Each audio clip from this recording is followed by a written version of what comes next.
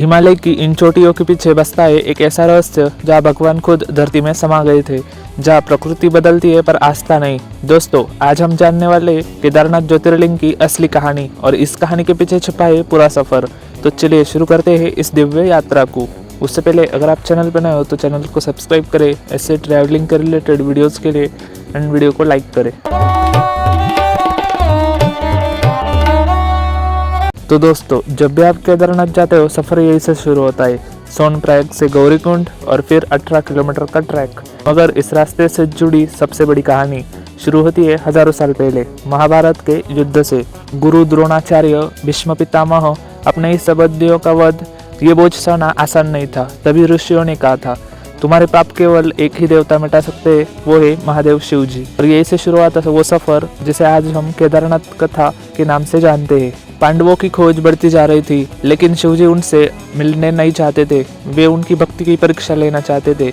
इसलिए शिवजी ने नंदी बैल का रूप लिया और गुप्त काशी की घाटी में जाकर छुप गए। आज भी इस जगह को गुप्त काशी इसलिए कहा जाता है क्योंकि यहाँ शिव गुप्त रूप में थे। जैसे मैं इस चढ़ाई पर चढ़ रहा हूँ, वैसे ही हजारों साल पहले पांडव चढ़ रहे थे और तभी उन्हें बैलों का एक झुंड दिखा था। भीम को शक हुआ। उन्होंने अपने विशाल रूप में दो पहाड़ों के बीच खड़े होकर रास्ता रोक दिया। सारे बैल निकल गए, लेकिन एक बैल बिल्कुल बीच में रुक गया।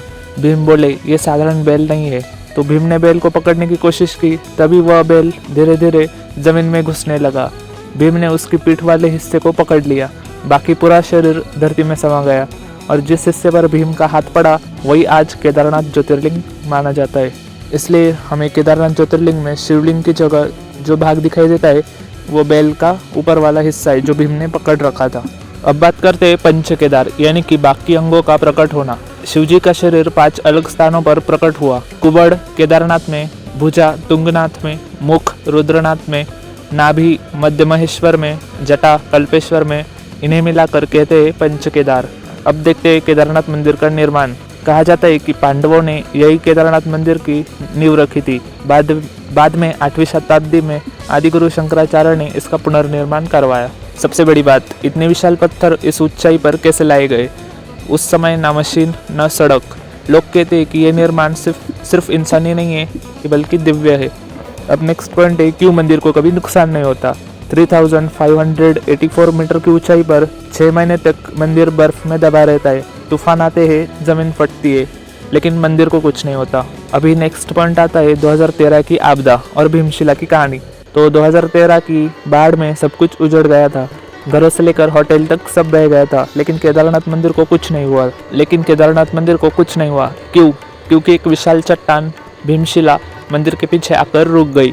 उसने बाढ़ का सारा पानी मोड़ दिया दोनों ओर, तो मंदिर बच गया। लोग कहते हैं कि यह शिवजी का दूसरा चमत्कार था। नेक्स्ट पॉइंट इज शंकराचार्य की समाधि।